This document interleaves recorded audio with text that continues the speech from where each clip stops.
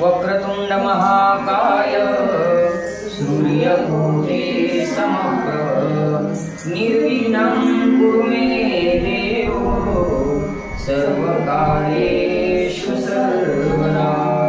गुरुर्ब्रह्मा गुरुर्विष्णु गुरुर्देवो महेश्वरा गुरुर्साक्षात् परब्रह्म तस्मै श्री गुरवे नमः।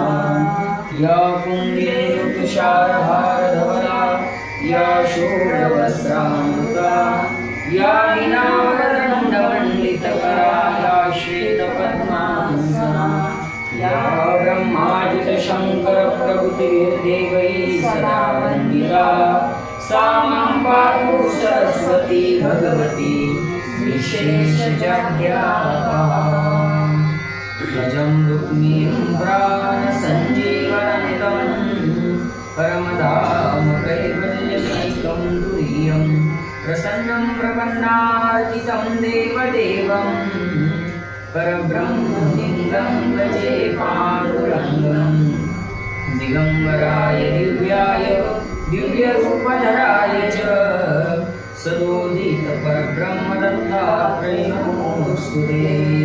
कैलासरानाथ शिवचन्द्रमौळि फणीन्द्रमाता मूर्तिजडारि कारुण्यसिन्धो भवदुःखहारि तुझवीन शम्भो मदपूर्णतारि। मनोजवं मारुतं तुल्यवेगं जितेन्द्रियं बुद्धिमतां वरिष्ठं वातात्मजं वानरायूथमुख्यं श्रीरामदूतं शरणं प्रपद्ये। सर्वमङ्गलमाङ्गल्ये शिवे सर्वार्थसाधिके शरण्ये त्र्यम्बके गौरी नारायणी नमोस्तुते। प्रथमनमन करू गणनाथा उमाशंकराची आसुता चरणावरी ठेवणी माता साष्टांगी आता दंडवत। दुसरी बंधू सारदा जे चतुरानाची आत्मदा वा प्रसिद्धी पाहिजे सहजा तिच्या चरणावरा दंडवत। आता बंधू देव ब्राह्मण ज्यांचे पुण्य पावन प्रसन्न होती श्रोते जनतया माझी नमन दंडवत। आता नमो साधु सज्जन नित्य हृदय हरीचे ध्यान विठ्ठल नाम उच्चारिती जनतया माझी नमन दंडवत। आता नमो गंगभूमिका कीर्तनी विरोधी लोका काळकृदंग श्रोते देखा तया माझी नमन दंडवत। ऐसे नमन कवळी सकळा हरिकथा तुके गोवळ्या बोला अज्ञानी मुनिया पुऱ्या वाळा चालवी सकळा नामावनी कुंडली गदाहित श्री ज्ञानदेव पंढरीनाथ भगवान की जय। मौली ज्ञानेश्वर महाराज की जय। जगद्गुरु तुकाराम महाराज की जय।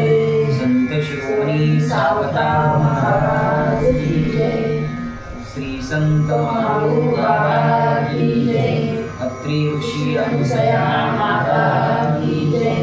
नमः पार्वती पते हर हर महादेव। नमः श्री सरस्वत्यै नमः। श्री गुरुभ्यो नमः। श्री मातृपितृभ्यो नमः। श्री रुक्मिणी रमणाय नमः।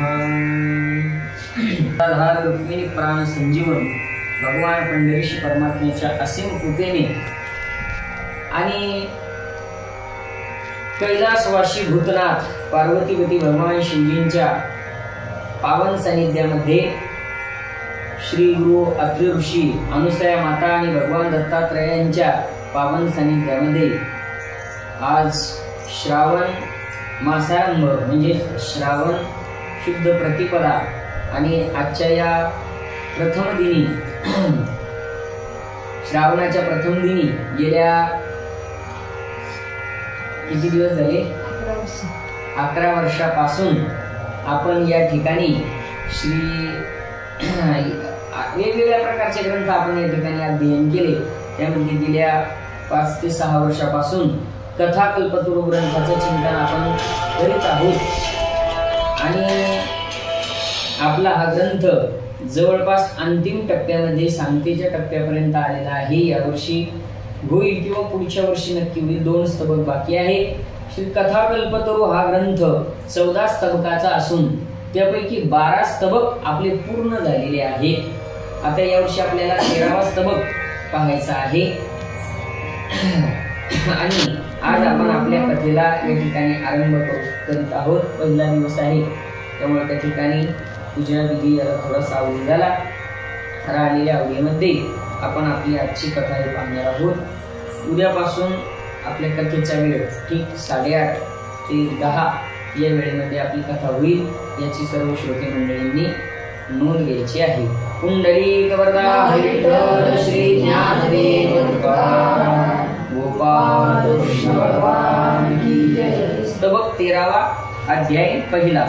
श्री गणेशाय नमः, श्री सरस्वती नमः, श्री गुरुभ्यो नमः।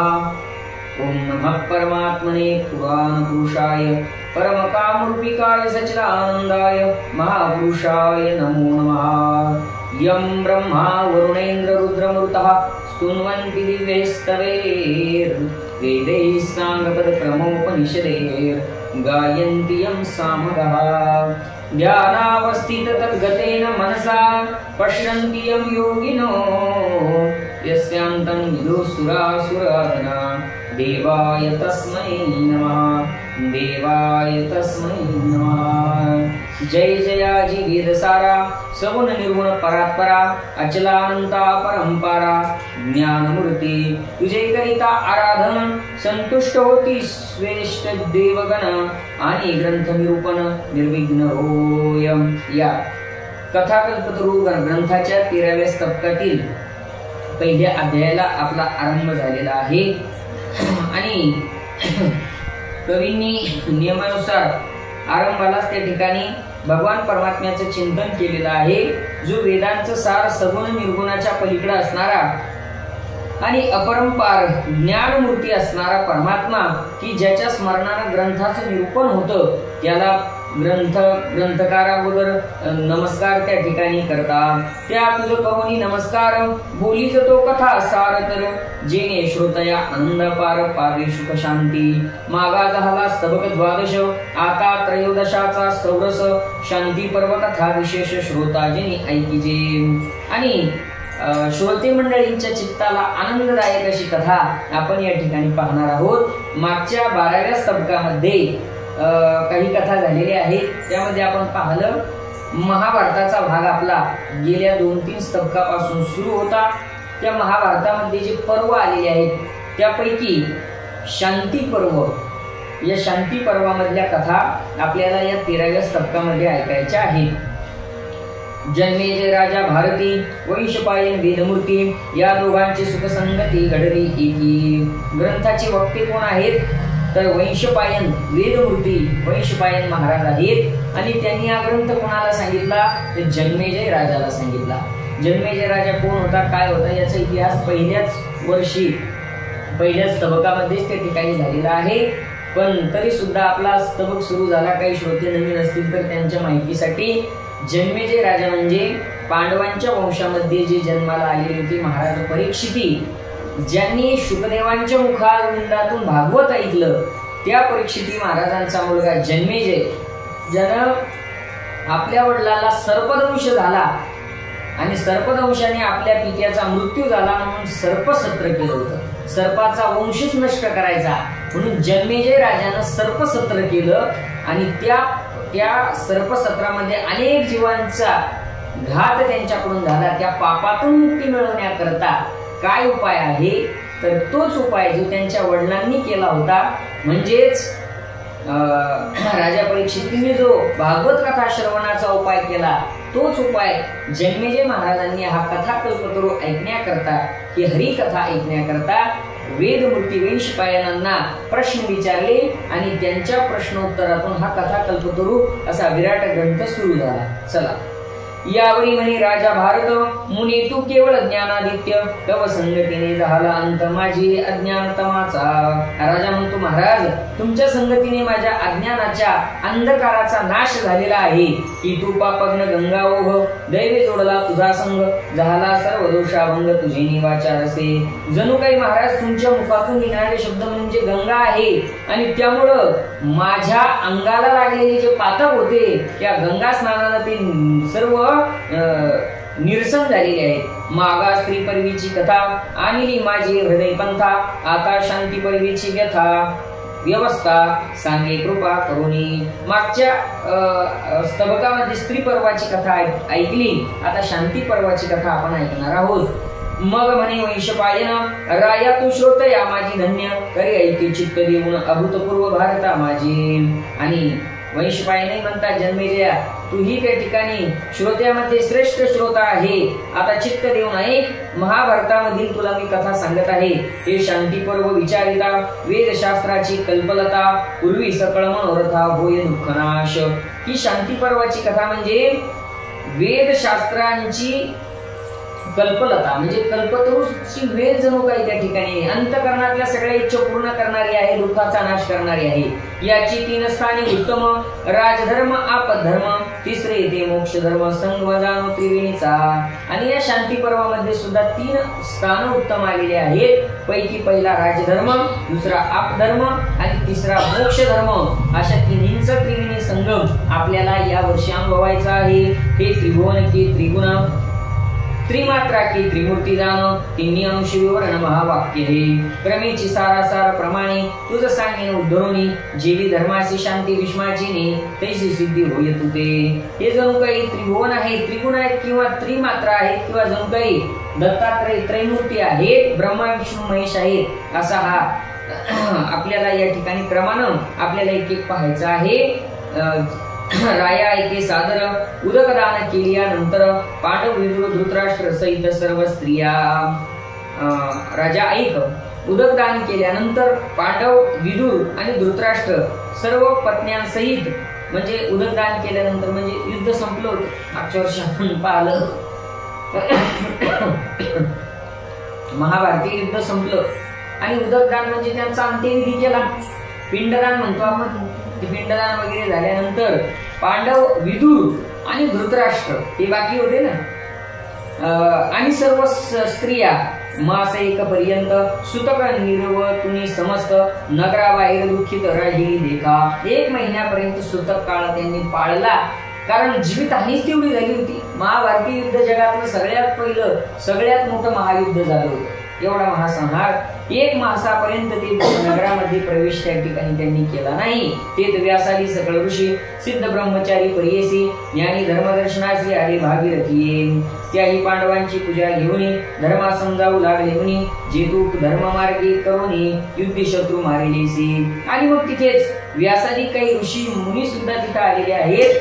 यांनी व्यासादिकांची पूजा केली आणि मग ते धर्माला सांगू लागले की राजा, हे धर्मराजा, तू धर्ममार्गाने युद्ध केले, युद्ध केलंय काय कोणाला मारण्याकरता केलं का नाही, तुझा हक्क मिळवण्याकरता तू युद्ध केलंय, युद्ध टाळण्याचा प्रयत्न केला. भगवान श्रीकृष्ण शांतीदूत होऊन गेले पण कौरवांनी ऐकलं नाही. नाईलाजास्तव तुला युद्ध करावं लागलं. ते धर्मयुद्ध होतं. वडिलाचे नाव राखिले, समग्र राज्य घेतले, बहुत वर्गे जोडिले. अगा धर्मराया, चांगलं केलं, तुझ्या वडिलाचं नाव तू मोठं केलं आणि सगळं साम्राज्य मिळवलेलं आहे. तो बोलीला युधिष्ठिर की ज्ञाती सोयरे सहोदर यांचा करून संहार राज्य सुख कायसे.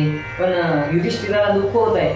तो म्हणतो व्यास महर्षींना, महाराज अहो कशाच राज्य सुख, आपल्या जवळचे सगळे गेलेत, ज्ञाती म्हणजे नात्यातली मंडळी, सोयरे सहोदर म्हणजे त्या ठिकाणी भाऊ हे सगळे कौरव, काही पांडव इत्यादले काही मुलं, काही नातो यांचाही संहार झाला आणि एवढे मारून मग काय सुख भोगायचं असं त्या ठिकाणी पंडुकुमार युधिष्ठिर महाराज म्हणतायत. अहो मज उदकदान समयी कुंती बोली लवलाही, की कर्ण बंधू त्याचे ही करी उदकदान. आणि उदकदान पिंडदान करता करता कुंतीनं अजून एक वार्ता दिली की कर्णाचंही पिंडदान तू कर का, तर तोही तुझा भाऊ आहे. म्हणजे कितीही माझ्यासाठी लज्जास्पद घटना आहे. म्हणजे धर्मराजाला वाईट वाटायला लागले की एवढं साम्राज्य आपण मिळवलं पण त्याचा काहीच फायदा झाला नाही. आमचा बंधू म्हणून बहुत दुःख झाले हृदयात आणि बोलिला सूर्यसुत माते प्रती म्हणे मी जरी सख्य करू तरी अवघड लोकाचारू म्हणतील भ्याला कर्णवीरू अर्जुनासी. आणि कुंतीला कर्णानं सांगितलं होतं की आई मी जर आता त्या ठिकाणी मैत्री केली पांडवाशी तर बाकीचे माझ्या या मी वीर आहे आणि मला हसतील की हा घाबरला हा शरण गेला पांडवांना त्यामुळे मला त्या ठिकाणी शरणागती पत्करता आली नाही. तरी कृष्णार्जुना जिंकोनी मग तयासी शक्य करीन तेव्हा कुंती बोलली वचन युद्धी रक्षणे पांडवा. आणि मग तेव्हा मी कुंतीला वचन दिलं की पांडवांचं मी रक्षण करेन. यावेळी तो म्हणे मातेसी पार्था वेगळे राखीन चौघासी तू पंचपुत्रांची सीन करी चिंता जननी. त्यावेळेस कर्णाने सांगितलं की माते अर्जुन सोडून मी बाकी चौघांचं रक्षण करीन म्हणजे तुझे 5 कायम राहतील. म्हणजे अर्जुन गेला तर कर्ण राहणार आणि कर्ण गेला तर अर्जुन राहणार. कारण अर्जुनाशिवाय कर्णाला कोणीच मारू शकत नव्हतं कर्णाशिवाय अर्जुनाला कोणीच मारू शकत नव्हतं. 5 पांडव कायम राहणार असं वचन त्याने दिलेलं होतं. अर्जुनाचा झालिया घात पंचपुत्र कर्णासहित कर्ण मेलिया तरी सत्य अर्जुन 5वा. ऐसा कर्णाचा पूर्व वृत्तांत तो पडिली यावेळी समस्त मग कुंतीने केला श्रुत तै बंधू हे समजले. तेव्हा नारद बोली वचन की कर्णा अर्जुना विरोधा वाचून कुंतीपुत्र स्वर्ग भुवन पाविजती केली. मग तेव्हा नारद काय म्हणाले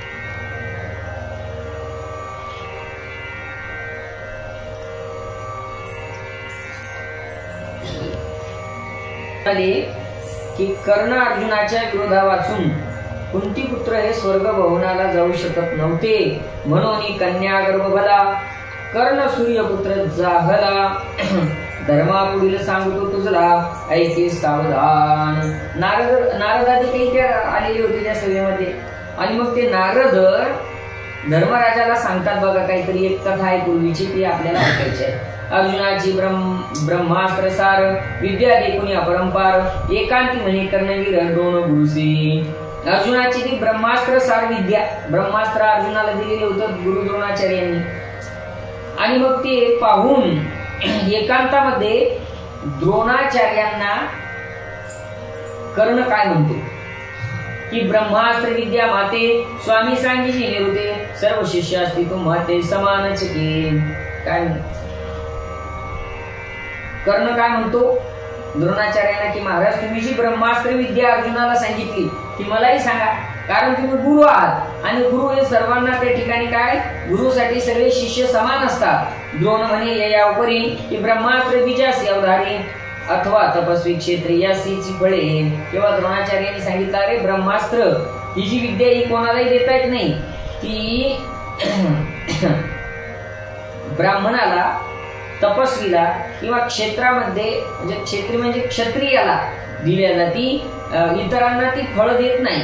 तू प्रयत्न नको करू म्हणून या अभिमाने सूर्य कमरू वेश धरिता झाला परी करू ब्राह्मणाचा. त्यांना ब्रह्मास्त्र द्यायला द्रोणाचार्यांनी काय केला विरोध केला.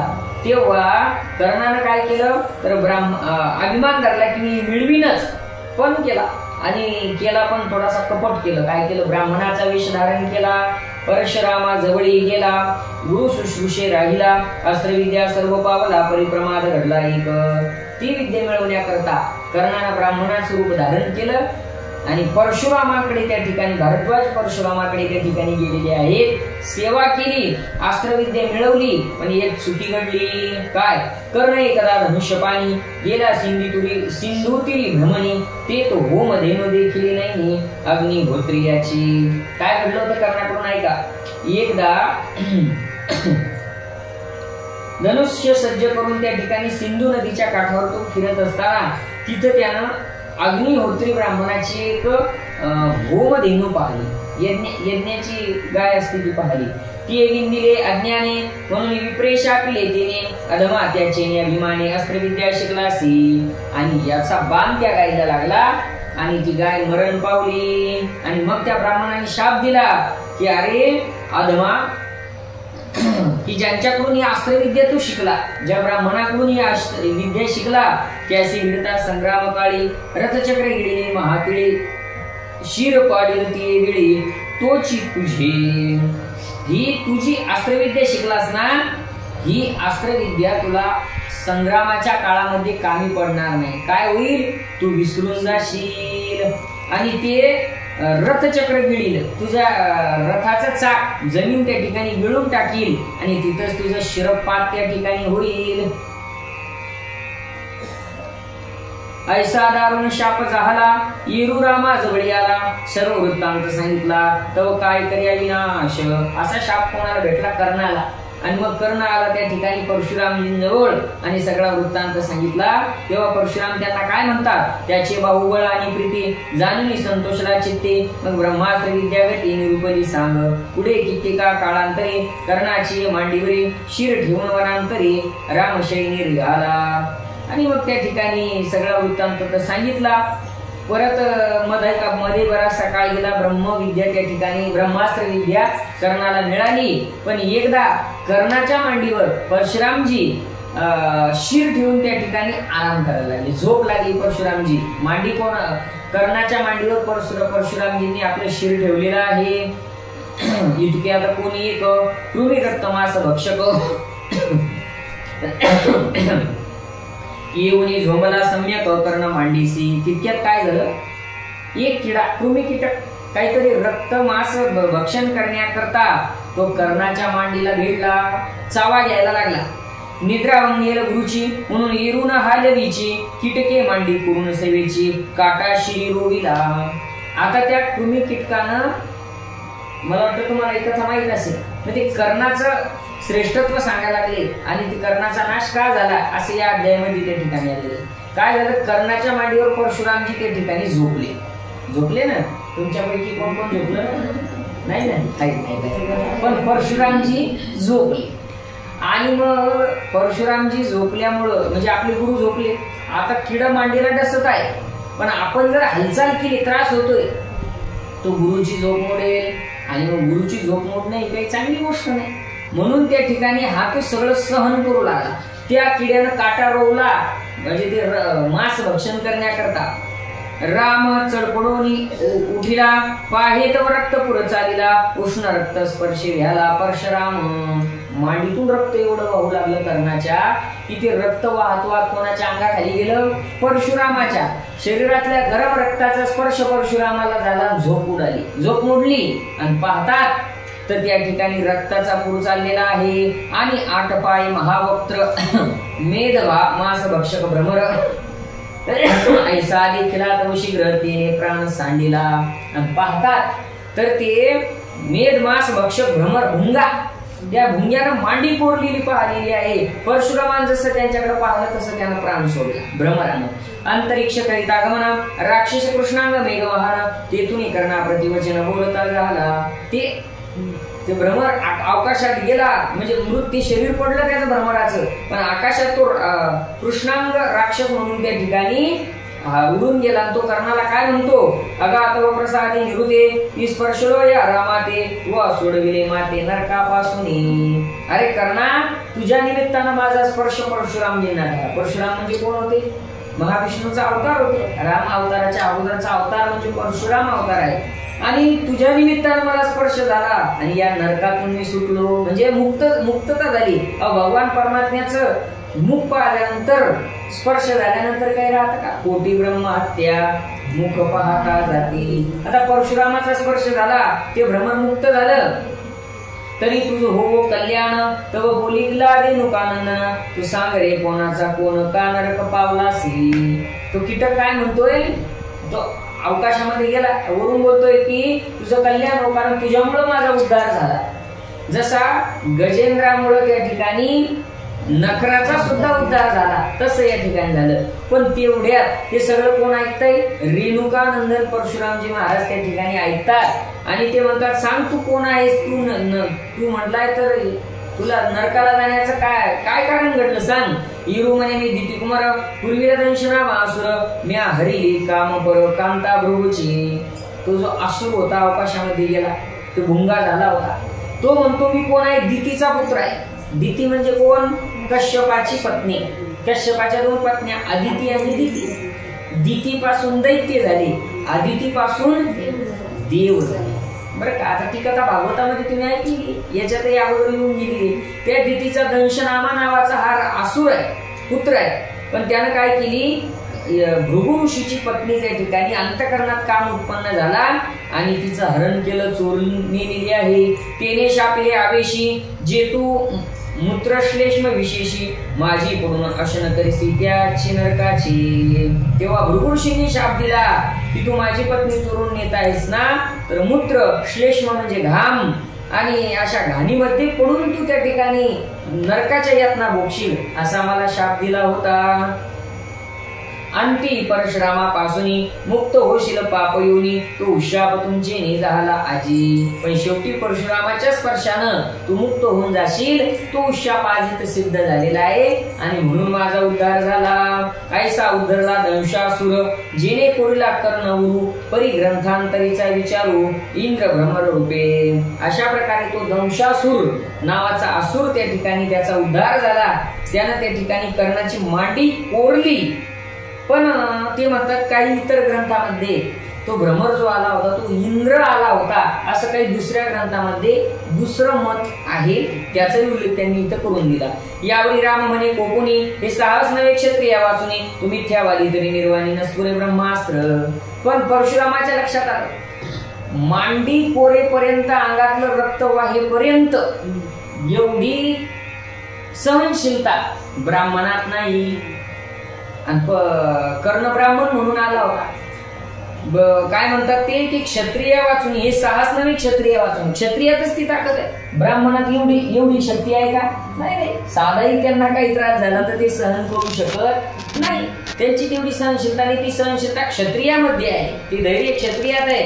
म्हणून तू ब्राह्मण नाही, तू कोणीतरी दुसरा आहे. आणि तू जर मला खोटं बोलला असेल तर तुला ही विद्या फळणार नाही. आणि ती कधी निर्वाणी, अंतकाळाच्या ज्या वेळेस खरा टाइम येईल, तुझ्यावर खरी वेळ येईल, अशा प्रसंगी तुला हे ज्ञान त्या ठिकाणी फळ देणार नाही. म्हणून कपटानं मिळवलेलं ज्ञान हे फळ त्या ठिकाणी मिळत फलद्रूप होत नाही. म्हणून खोटं बोलून ज्ञान मिळवायचं नाही, कपट करून ज्ञान मिळवायचं नाही. आता डायरेक्ट स्पष्ट सद्गुरूशी त्यांनी त्या ठिकाणी काय केलं, कपट केलं होतं, म्हणून शाप दिला. असो कर्ण तन्निमित्ते शापिला, मग तो दुर्योधना भेटला, त्याच्या निबळे पुरुषार्थ केला गांधारे सकळ. असो या निमित्तानं कर्णाला शाप मिळाला, मग तो दुर्योधनाला जाऊन पुढे भेटला आणि त्याच्याच बळानं सगळ्या कौरवांनी त्या ठिकाणी युद्धाचा सगळा जोर कोणावर होता? कर्ण. त्यानंतर गंगापुत्र भीष्म, द्रोणाचार्य यांच्यामुळे त्या पांडवांनी त्या ठिकाणी हा सगळा पुरुषार्थ, माफ करा, कौरवांनी पुरुषार्थ केला, असं त्या ठिकाणी ग्रंथकार म्हणतात. कलिंग देशीचा नृपवर, चित्रांगद नामे परिकर, त्याचे घरी स्वयंवर मांडले कन्येचे. एक पुढची कथा काहीतरी सांगत आहे, बघू त्याचा संबंध काय येतो. कलिंग देशाचा राजा आहे, नाव आहे चित्रांगद, आणि त्यांच्या घरी त्यांच्या मुलीचं त्या ठिकाणी स्वयंवर मांडलेलं होतं. सर्व मिळाली भूपाळ पुळे, ते तर कर्णा भीष्माचे निबळे, कन्या अरुण राजा जिंकले दुर्योधने सकळ. तिथं सर्व राजे आलेले होते. काय होतं तिथं? स्वयंवर होतं. कोण कोण आलेले होतं? कर्ण, भीष्म आणि दुर्योधन सुद्धा आलेला होता. कर्ण आणि भीष्माच्या बळानं त्यानं त्या कलिंग देशाच्या म्हणजे चित्रांगदाच्या सगळ्या मुली त्या ठिकाणी जिंकल्या. कर्ण बलाढ्य जाणीतला, म्हणून जरासंधे ते वेळा द्वंद्व युद्धापाचारीला दोघा झाला गडगडाट. पण जरासंधानं पाहिलं की कर्ण फार बलवान आहे, तिथे जरासंध आलेला होता. आणि मग जरासंधानं कर्णाला द्वंद्व युद्धासाठी त्या ठिकाणी बोलवलं की माझ्यासोबत युद्ध कर. सुरू झालं ते जरासंधाची हसंधी करणे, भेदनी पाडी युद्धी मग कापळती केली बुद्धी टाकोनी भैर. पण जरासंधाला सुद्धा त्या ठिकाणी हैराण केलं कर्णानं. शेवटी काकुळती आला आणि वैर सोडून दिलं जरासंधाने कर्णाचं. अंगदेशीची राजधानी जी नामवंग मालिनी, ते कर्णा प्रतिदेवने निवारिले वैर. जरासंधानं अंगदेशाची राजधानी, अंगदेशाचा राजाच कर्णाला करून टाकलं आणि वैर त्या ठिकाणी मिटून गेला. आणि म्हणून तिथून पुढं कर्ण हा अंगदेशीचा राजा झाला. म्हणून त्याला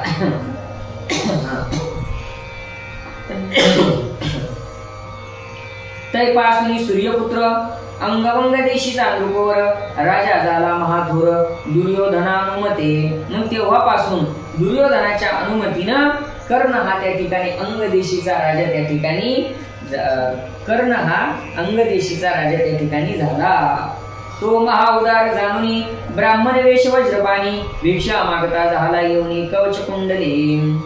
आणि दुर्योधन माफ करा कर्ण उदार, फार उदार, एवढे उदार की त्या ठिकाणी त्यांचा उदारपणा जाणून भगवान श्रीकृष्ण भिक्षा मागायला आले होते. कशाला?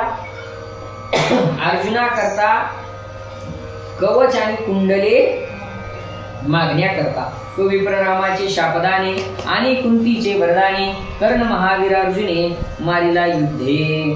चला तर कर्णाचा वध का झाला हे सांगण्याकरता त्यांनी एवढं सांगितलं की परशुरामाच्या शापाने, गायीच्या शापाने, गाय पण मृत झाली होती, आणि कुंतीला दिलेल्या वरदानाने काय झालं तर त्या ठिकाणी अर्जुनाचं रक्षण झालं आणि कर्णाचा वध झाला. नाहीतर कर्णाचा वध एवढा सहजासहजी होणं शक्य नव्हतं. गोपाल कृष्ण भगवान की जय. ऐसा कर्णाचा वृत्तांत नारदे धर्मासी केला श्रुत म्हणे शोक सांडे निश्चित धर्मराजाला दुःख झालं होतं ना की माझ्याकडून माझा भाऊ सुद्धा मरण पावला आणि मग या राज्याच्या सुखाचं मी काय करू. पण नारदाने त्याचा सगळा शोक घालवला की नारदा कर्ण हा तुझ्यामुळे नाही मेला, या युद्धामुळे नाही मेला, तर त्याला शापही होता. असो चला. तो कुंती धर्मासी प्रबोधी कर्णबंधू परी तुमचा विरोधी म्हणून मी अपेक्षिली बुद्धी किमर्थ शोचितोसी. कुंतीने सांगितलं धर्माला अरे जाऊ दे, भाऊ होता पण विरोधी होता. विरोधी असला म्हणून भाऊ असला पण विरोध असेल तर काय फायदा. चला जाऊ द्या. तेव्हा धर्मी मातेशी शापिले की स्त्रियांचा आशय न कळे म्हणून या जीवरी वंचिले तरी ते हो विपरीत. तेव्हा कर्णानं माहिती आहे तुम्हाला कुंती मातेला शाप दिला. तो शाप अजूनही आहे का तुम्हाला माहिती? सांगतो. कर्णानं कुंती मातेला शाप दिला की तुमच्या स्त्रियांच्या मनात काय हे कोणी जाणू शकत नाही, तुमचा आशय कळत नाही, महिलांच्या मनात काय कळत नाही, म्हणून तेव्हापासून शाप दिला की तुमच्या मनात काहीच राहणार. आपल्या साध्या व्यवहारिक भाषेत काय म्हणतो आपण, पोटात काय राहत, तुमच्या पोटात काहीच राहत नाही का. म्हणून तुम्हाला एखादी गोष्ट जर माहित झाली तर ती तुम्ही लगेच त्याची न्यूज लगेच सुरू होऊन जाते नाही का. हा म्हणजे मनात ठेवलं आणि त्याच्यामुळे भावाशी वैर झालं. जर कुंतीने अगोदर सांगितलं असतं तर युधिष्ठिराला वाटतं आमच्याकडून त्याचा वध झाला नसता, म्हणून इथून पुढे स्त्रियांच्या मनात काहीच राहणार नाही. म्हणून युधिष्ठिर महाराजांनी दिलेला शाप हा आतापर्यंत त्या ठिकाणी चालू आहे. ती योजना अजून बंद झालेली नाही. गोपाल कृष्ण भगवान. मग धर्म म्हणे पार्था ते त्रैलोक्य राज्य नरे घे माते तेने या वसुमतीचे निरुते कोठे लागे. आता अरण्यात जाऊन राहील तीर्थयात्रा पूर्ण करीन प्रायचित्त जाण ज्ञाती वधाचे.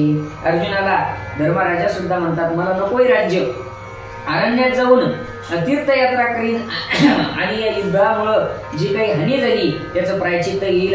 हे पूर्वजांचे राज्य समर्पण केले तुझं, तू प्रतिपाळी पृथ्वी सहज आपुली. हे अर्जुना तू हे पृथ्वी आता सांभाळ, मला काळजी नको. अशा प्रकारे युधिष्ठिर महाराज अर्जुनाशी बोलत आहे.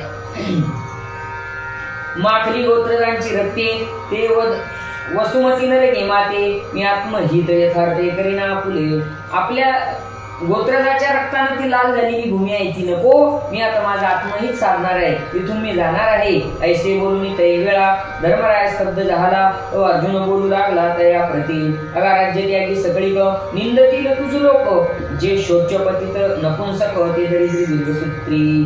तेव्हा अर्जुन काय म्हणतात धर्मराजाला, दादा अरे राज्य तुला सगळे लोक काय म्हणतील, राज्य त्यागी म्हणजे राज्याचा त्याग करून गेलेला आहे आणि त्यामुळं जणू काही तुझ्यात पुरुषत्व नाही अशा प्रकारे तुझ्यावर कलंक येईल. तू हे सोडून जाऊ नको आणि अधर्मी म्हणून संसर्ग न करतील कोणी.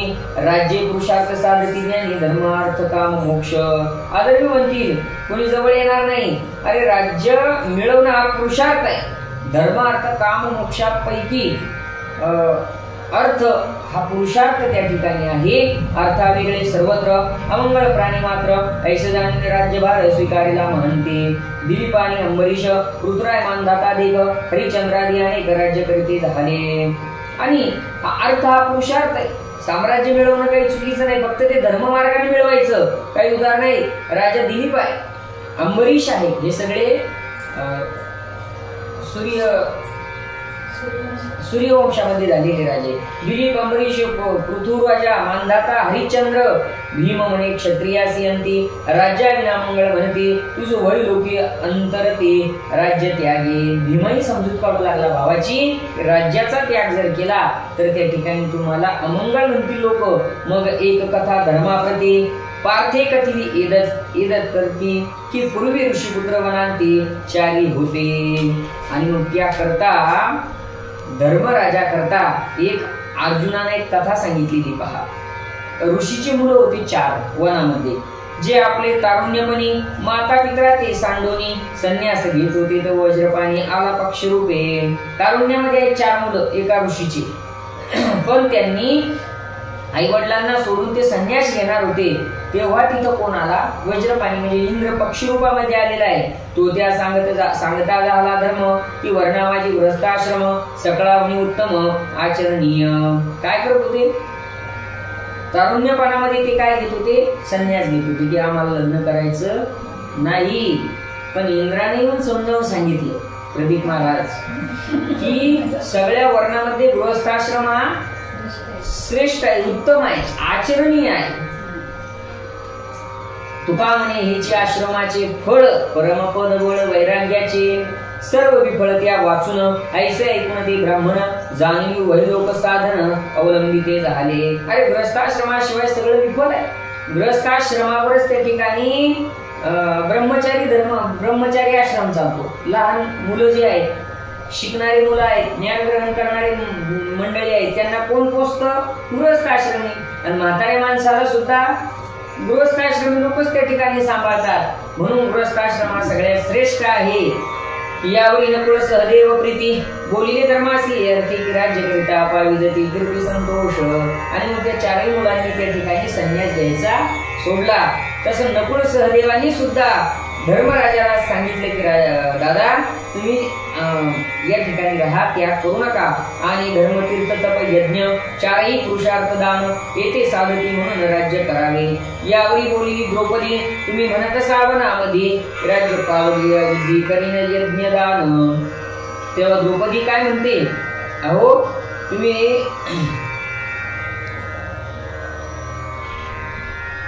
आपण ज्यावेळेस वनामध्ये होतो म्हणजे वनवासात, तेव्हा तुम्ही म्हणाला होता की राज्य प्राप्त झाल्यानंतर मी यज्ञ करीन, दान करीन, धर्म करीन, सर्व भोग भोगीन सूर्याचा प्रतिपाळ करीन। तो सर्व मनोरथ जाणं आता व्यर्थ गेला। आणि यज्ञ दान धर्म करणार होते तुम्ही राज्य प्राप्त झाल्यानंतर, आता जर तुम्ही त्याचा त्याग करसाल तुमचं ठरलेलं सगळं वाया जाईल। राया नपुंसकासी पाही धरा धनपुत्र भोग नाही म्हणून पुरुषार्थ सई करावाची। आणि म्हणून पुरुषानं त्याचा पुरुषार्थ त्या ठिकाणी करून दाखवलाच पाहिजे। धरा धन पुत्र भोग हे त्यांनी याचा उपभोग त्या ठिकाणी घेतलाच पाहिजे नियमानुसार धर्मानुसार, म्हणजे त्याचा तो खरा पुरुषार्थ होतो। क्षत्रियाचरणे उत्तम दंड हाची नीती धर्म तेने होईजे पूर्ण काम भूमी भोग सर्वार्थी। आणि क्षत्रियाचा धर्म आहे त्यांनी तो आचरला पाहिजे। दंड हाच त्यांचा नीती धर्म आहे, चुकल्याला दंड करणे हा त्यांचा नीती धर्म आहे। होय प्रतिपाळ संतांचा आणि निग्रह असंताचा पराजय परिसन्याचा राज्याची पासून चांगल्याचा प्रतिपाळ करणे म्हणजे संतांचा सांभाळ करायचा आणि जे असंत वाईट लोक आहेत त्यांचा संहार करायचा हेच त्या ठिकाणी क्षत्रियाचं कर्तव्य आहे। दंडे स्वर्गलोकी गती अदंडे होय नरक प्राप्ती। पार्थही दंड स्थिती बोलता झाला म्हणजे तुम्ही जे काही आपतेष्टांना मारलं हे पाप नाही, तर तुम्ही त्यांना दंड दिलेला आहे आणि धर्मयुद्ध केलेलं आहे, त्यामुळे तुम्ही त्या ठिकाणी दंड केला तरी स्वर्गाला जाणार आहे।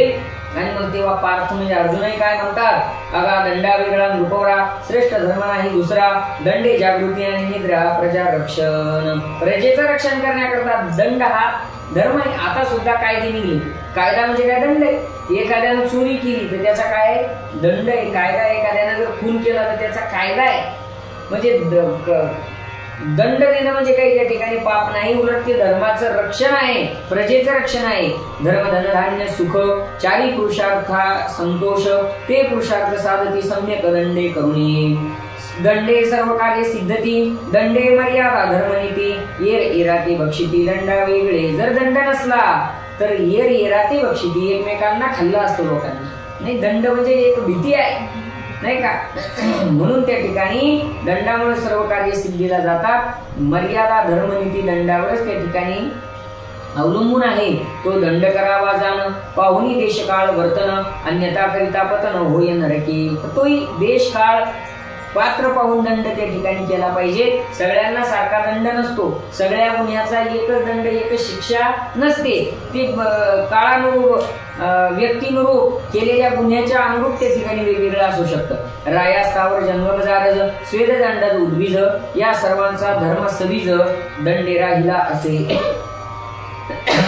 दंडे ब्रह्मांड गोळ थांबला तस्मात नीतीने राज्य भूपाळा करणे या उनी वेगळा अदुजा धर्म नाही. पार्थ म्हणेगा भूपती इतिहास ऐके या अर्थी राज्य सांगून भिक्षावृत्ती धरले जनके एकदा. अर्जुन म्हणतो, राजा एक इतिहास तुला सांगतो ऐक. एकदा राज्य सोडून जनक राजानं भिक्षावृत्ती म्हणजे भिक्षाटन करू लागले. राज्याचा त्याग केला जनक महाराजांनी. जनकाची नगरी मिथिलेचा त्याग केला आणि भिक्षा मागू लागले. की अशी स्त्रिया ही म्हणितले की राज्यदार अपत्य सांडिले धान्य मुष्टी मागता जोडले. काय सांगा, त्यांनी स्त्रियाही सोडल्या, राज्य सोडलं आणि मुठमुठ धान्य जमा करायला लागले. गृहस्थाश्रमी तरी जाण साधती चारी आश्रम धर्म कृमी कीटका अन्न जीवन असे साधत. गृहस्थाश्रमात सगळं साधल्या जातं. सगळ्या आश्रमाचे धर्म. कृमी कीटकाला अन्न पाणी हे सुद्धा देता येतं, पण कुठं? गृहस्थाश्रमात. आपण सुद्धा जेवायच्या अगोदर अग्नीला नैवेद्य दाखवतो. गृहस्थाश्रमाचा नियम आहे. कृमी कीटकाला कुत्र्या मांजराला घास टाकतो, नंतर आपण त्या ठिकाणी जेवण करतो. हे गृहस्थाश्रमात श्रेष्ठ आहे. तव धर्म बोलीला युक्ती पार्थायसिया कर्मगती गमनागमने नटळती भोगा भोग. तेव्हा धर्मानी एक युक्ती अर्जुनाला सांगितली. अर्जुना, अरे कर्मगती ही भोगल्याशिवाय टळत नाही. सर्व त्यागून यावनी राहता योगाभ्यासे करुणी मनोमळाचे शोधनी होय आत्मदर्शन. तेव्हा युधिष्ठिर महाराज म्हणजे धर्मराजा अर्जुनाला म्हणतात, सगळा त्याग करून एकांतात जायचं, योगाचा अभ्यास करून मनामध्ये जो मल निर्माण झालेला आहे, अंतःकरणामध्ये मल विक्षेप आवरण असतो, तर तो पापामुळे जो मल त्या ठिकाणी निर्माण झालेला आहे ना, तो घालवायचा, आत्मदर्शन करायचंय, स्वला शोधायचंय. ते संसाराची निवृत्ती. म्हणून राज्यभोग टाकता ते जाती मनाप्रती भले बुद्धिमंत. अरे तिथं संसाराची निवृत्ती आहे. आणि म्हणून मोठ्या मोठ्या लोकांनी राज्याचा त्याग केला, वनामध्ये गेले. ते कोण आहेत? बुद्धिवान ठरलेले आहेत. असं कोण म्हणतं? धर्मराजा सांगून राहिले. म्हणजे त्यांनी त्यांचा युक्तिवाद मांडला. ऐसा धर्मशब्द ऐकला. मग कृष्णद्वैपायन बोलिला, अगा यज्ञा वेगळे भूपाळा नाही इंद्रपद आणि सायुज्यदाती मुक्ती त्याही यज्ञाविने नव्हती. तो यज्ञ का भूपती दंडे ग्रस्ताधीन. असा धर्मराजाचा शब्द ऐकल्यानंतर तेव्हा कृष्णद्वैपायन काय म्हणाले? म्हणजे व्यास. कृष्णद्वैपायन म्हणजे व्यास. व्यास म्हणतात, अरे राजा, यज्ञास एवढं श्रेष्ठ साधन नाही. यज्ञाने इंद्रपद प्राप्त होतं, सायुज्य मुक्ती प्राप्त होती. पण यज्ञ कोणाला करता येतो? जो गृहस्थाश्रमी आहे त्यालाच यज्ञ करता येतो, नाही का? पूजा करायची, यज्ञ करायचा, तिथं काय लागते? जोडी लागते. नुसती बायको नाही लागत, काय लागते? जोडी लागते. असं म्हणजे गृहस्थाश्रम त्या ठिकाणी असावं लागतं. तस्मात गृहस्थाश्रम आश्रमात सर्वोत्तम हाची बृहस्पतीने धर्म सांगितला इंद्रासी. अरे बृहस्पतानी म्हणजे देवांचे गुरु बृहस्पती यांनी सुद्धा इंद्राला हाच गृहस्थाश्रमाचा धर्म सांगितलेला आहे. पूर्वी सुद्युम्न नृपमणी दंड धारण करोनी स्वये पावला स्वर्ग होणे क्षत्रियोत्तमाजो तव धर्म म्हणे ओमनी ते मत सांगा सर्वजनी. व्यास म्हणती चित्त देवनी ऐके सावध. कथा कल्पतरूया. इथं शंका आली की कथा सुरू. धर्मराजाला ते व्यास सांगत होते की अरे बाबा सुदुम्न्याला सुद्धा असंच त्या ठिकाणी झालं होतं, परंतु त्याला सुद्धा क्षत्रिय धर्म सांगितला. मग त्यावेळेस लगेच धर्मराजा म्हणतात ती कथा आम्हाला सांगा काय आहे ते. ऐका मग. शंख आणि दुजा लिखित होते बंधू अरण्यात आश्रम करून दोठाई करीत तप साधना. कोण होते दोघ जण तर शंख आणि एक लिखित असे दोघांचे नाव आहेत. अरण्यामध्ये आश्रमामध्ये दोघं भाऊ त्या ठिकाणी तप साधना करत होते, राहत होते. मोठ्याचं नाव आहे ज्येष्ठ बंधू शंख ऋषी. त्या लिखिताला भेटावयासी तरी शंख गेला असे समिधासी रिक्त गृह. शंख भेटायला आला, लिखित आला लहान्या भावाला, पण तो लहाना समिधा आणायला गेलेला आहे. त्याचं ते आश्रम रिकामा आहे, कोणी नाही तिथं. लिखित क्षुधातुर झाला, आश्रमी अमृत तर उदय केला, त्याची फळे बक्षू लागला अमृतप्राय. लिखिताला भूक लागलेली होती ना, तो क्षुधातुर झाला, त्याला भूक लागली तर त्यानं अमृत तो आला, ते अमृत फळ तो खाऊ लागला. शंख येऊन काही वेळे म्हणे गा लिखिता ही फळे तू बक्षितोसी कोठिले सांग वेगी. शंख तिथं आला, त्याने विचारलं अरे बाबा लिखिता ही कशाची फळे खातोस तू सांग मला. हिरू म्हणे बंधो शंखा. एकच पांढरा लिहून देतात. तुझे आश्रमीची देखा ऐसे कुणी त्या अविवेका आला क्रोध. अरे हे काय तुझ्याच आश्रमातले फळ मी खात आहे असं त्यानं ऐकल्यानंतर त्या लिखिताला राग आला. म्हणे तू तव तस्कर तुझं दंड पाहिजे थोर तरी आता जाई शीघ्र सुद्युम्नरायापाशी. आणि तो म्हणू लागला माझ्या आश्रमात मी हजर नसताना तू खाऊ लागला, तू काय केली चोरी केलेली आहे म्हणे, तुला दंड द्यावा लागेल. जाय सुद्युम्न राजाकडं. निवेदी अन्याय आपला येरुराया जवळ गेला, सर्व वृत्तांत निवेदीला स्वागतपूर्वक आणि मग गेलेला आहे. कोण तर शंख गेलेला आहे आणि सांगितलं महाराज माझा असा त्या ठिकाणी अपराध झाला. म्हणे दिदलिया वेगळी म्या बंधूची फळे बक्षिली याचा दंड करीत वेळी विचारिले राये. भावानं मला फळ दिली नाही, मी स्वतःहून त्याच्या आश्रमातले तो उपस्थित नसताना खाल्ले आणि हा चोरीचा आरोप त्यानं माझ्यावर लावला. काय करावं आता. तेव्हा काय म्हणतो सुदून ऐका. त्याचे दोन्ही हात छेदिले येरे बंधू प्रतिविजय केले तेव्हा ते म्हणितले झाले पातक निष्कृती. राजानं काय केलं, त्याचे दोन्ही हात छेदून टाकले. कोणाचे? शंखाचे. त्या एका भावाचे ज्यानं फळं खाल्ले न विचारता त्याचे हात छेदून टाकले. आणि यालाही बोलावलं, जो आला होता तो लिखित त्याला बोलावलं आणि त्यानं पाहिलं आणि तो म्हणू लागला की याची आता पातक निष्कृती झाली, म्हणजे पाप निघून गेला. आता बरं झालं. आता बाहुदान तिरी जाऊनी आराधना करे. मग तो तेथ झडकरी तप करिता झाला आणि सांगितलं जा आता नदीच्या काठावर जाऊन त्या ठिकाणी आराधना कर. त्याने बाहुदा प्रसन्न झाली, नूतन कर्कमळी दिदली, सुद्युम्ना परमसिद्धी पावली, त्याने दंड धर्मे. आणि मग त्याला ती बाहुदा नदी प्रसन्न झाली, नूतन नवीन कर्कमळी त्याला परत प्राप्त झाली बर का. आणि सुद्युम्नाला परमसिद्धी त्या ठिकाणी प्राप्त झाली. दंडात त्याला तो दंड दिल्यामुळं धर्मराया यास्तव पाही दंडा वाचून धर्म नाही अनेक राया हयग्रीवही पावला उत्तम ग्रती ते. आणि म्हणून राजा दंड हा काय आहे तर धर्म आहे. अशीच कथा हयग्रीवाची सुद्धा आहे. ऐका. काळे दुःख काळे सुख सर्व कालकृत असे लेख ऐसे जाणून भले पुरुष न टाकीती स्वधर्म. काळामुळेच दुःख येतं तर काळामुळेच सुख त्या ठिकाणी येत असतं. काळ पलटला की सुख दुःख सुद्धा कमी जास्त होत असतं. आणि म्हणून भले पुरुष चांगले पुरुष त्या ठिकाणी आपला स्वधर्म सोडत नाही, आपलं कर्म आपण करत राहायचं. काळ कर्मानुरूप अनंतो लोक उपजवी सहारितो तरी अज्ञान दोषी राया तू लिंपू नको.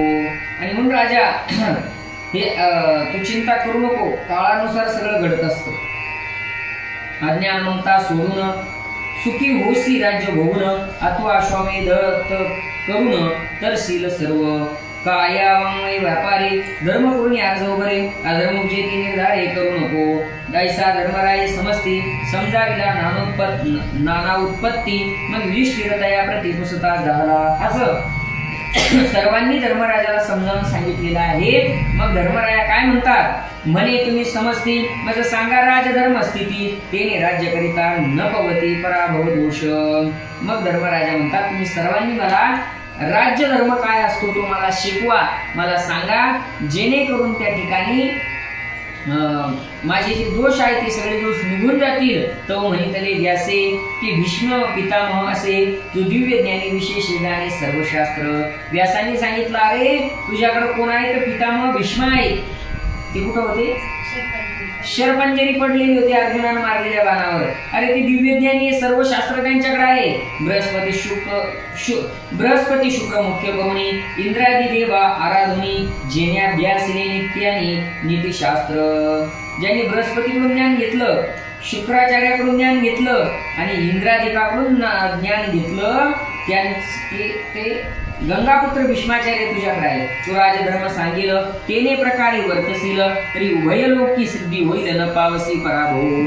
आणि म्हणून त्यांनी तुला राजधर्म सांगितला की तुला त्या ठिकाणी पराभव येणार नाही. हेची श्रीकृष्णे सांगितले तेने धर्मचित्त संतोषले मग प्रवेश करते झाले हस्तिनापुरी. भगवान श्रीकृष्णांनी धर्मराजाला ते सांगितलं की तू भीष्माचार्याकडून त्या ठिकाणी राज्य धर्माची शिक्षा घे. असा ऐकून मग आनंद वाटला धर्मराजाला आणि शेवटी त्यांनी 1 महिन्यानंतर हस्तिनापुरामध्ये प्रवेश केला. व्यासादी ऋषी मिळून धृतराष्ट्रा ते पुढे करून सर्व स्त्रिया परिवार घेऊन धर्म चालिला. सगळ्यांना घेऊन चाललेले आहे. देव ब्राह्मणा पूजिले धर्माशिरती बैसविले भीमे अश्वदोरे धरिले अर्जुने छत्र. ब्राह्मणांची पूजा देवाची पूजा झालेली आहे. धर्मराजाला रथात बसवलं. भीमानं त्या ठिकाणी रथाचं सारथ्य केलं. अर्जुनानं वर छत्र धरलं. तेथ नकुळ चामरे वारी सहदेव विंजना घरी सात्यकी गुरी श्रीहरी चालेला सपरिवार. नकुळानं चामरे, सहदेवानं त्या ठिकाणी पंखा, सर्वजण सेवा करायला लागले. गजाशोपाय रथ नगरी प्रवेशले समस्त तो नगर लोकवा धावत निरांजने करुणी वाद्यघोष थोर झाला धर्मराज भोवनी गेला तो कन्या समूह विनला सुवर्ण कुंभेसी. वाद्यघोष झालेला आहे. धर्मराजानं आपल्या राज्यामध्ये प्रवेश केलेला आहे. तेव्हा काही कन्यांचा समूह सुवर्ण कुंभ सोन्याचे भांडे घेऊन काही कन्या तिथे आलेले आहेत. विप्रिय आशीर्वाद दिलेले ते तर एक नवल झाले करणे सुख शब्द ऐकले अंतरस्त्र. सगळ्या ब्राह्मणांनी त्या ठिकाणी आशीर्वाद दिले आणि तिथे काय झालं, एक नवल झालेला आहे. सर्वांनी आकाशातून सर्वांच्या कानावर एक शब्द पडलेला आहे. तेने कर्ण संतोषला परी दुर्योधन दुःखी वाईला अंतरी येऊन लागला निंदा करू. मग काय बघा, करणे सुख शब्द ऐकले अंतरस्थ. कर्णानं हे सगळं त्या ठिकाणी पाहिलं आणि स्वर्गामध्ये कोणाला सांगितलं, दुर्योधनाला सांगितलेलं आहे. पण दुर्योधनाला दुःख झालं. त्याला आनंद होणार होता का, स्वर्गस्थ झालेला आहे दुर्योधन. त्यानं ते वरती पाहिलं, दुःख झालं त्याला. तो निंदा करू लागला दुर्योधन. तो हुंकारे वेद ध्वनी दुरी गेला ब्राह्मणजनी धर्म प्रवेशला ग्रस्ताशनी सुखोल्लासे. मग तीर्थोदक आणून व्यासादी ऋषी मुख्य करून विधियुक्त प्रकारे करून केला राज्याभिषेक. सर्व ऋषींनी विधियुक्त त्या ठिकाणी राज्याभिषेक केला आणि धर्मराजाला गादीवर बसवलं. सकळ त्रिभुवने आनंदले धर्मा राज्यामध्ये स्थापिले ऐसे पांडव प्रतिपाळिले नारायणे. असो अशा प्रकारे परमात्म्याने धर्माला गादीवर बसवलं आणि पांडवांचं रक्षण केलं. यानंतर अपूर्व कथा वंशपायन सांगेल भारता ते ऐकावी समूळता म्हणे मधुकर कवी. यानंतरची गोड कथा आपल्याला मधुकर कवी या ठिकाणी सांगणार आहे. इति श्री कथा कल्पतरू त्रयोदशस्तवक मनोहरो धर्मराज्याभिषेक प्रकारू प्रथमोध्यायी कथेला गोपाल कृष्णार्पणमस्तु. पुंडलिक वरदा हरिहर श्री ज्ञानदेव तुकाराम गोपाल कृष्ण भगवान जय. अशा प्रकारे या ठिकाणी कथा कल्पतरूच्या 13व्या स्तवकातील पहिला अध्याय या ठिकाणी पूर्ण झालेला आहे. भगवान गोपाल कृष्णांच्या चरणी सद्गुरू श्री संत माळोबांच्या चरणी आजची ही पहिल्या दिवसाची सेवा समर्पित करू आणि आपण याच ठिकाणी थांबू. उद्या ठीक 8:30 वाजता आपली कथा सुरू होईल याची सर्वांनी नोंद घ्यावी. पुंडलिक वरदा हरिहर श्री ज्ञानदेव तुकाराम पंढरीनाथ भगवान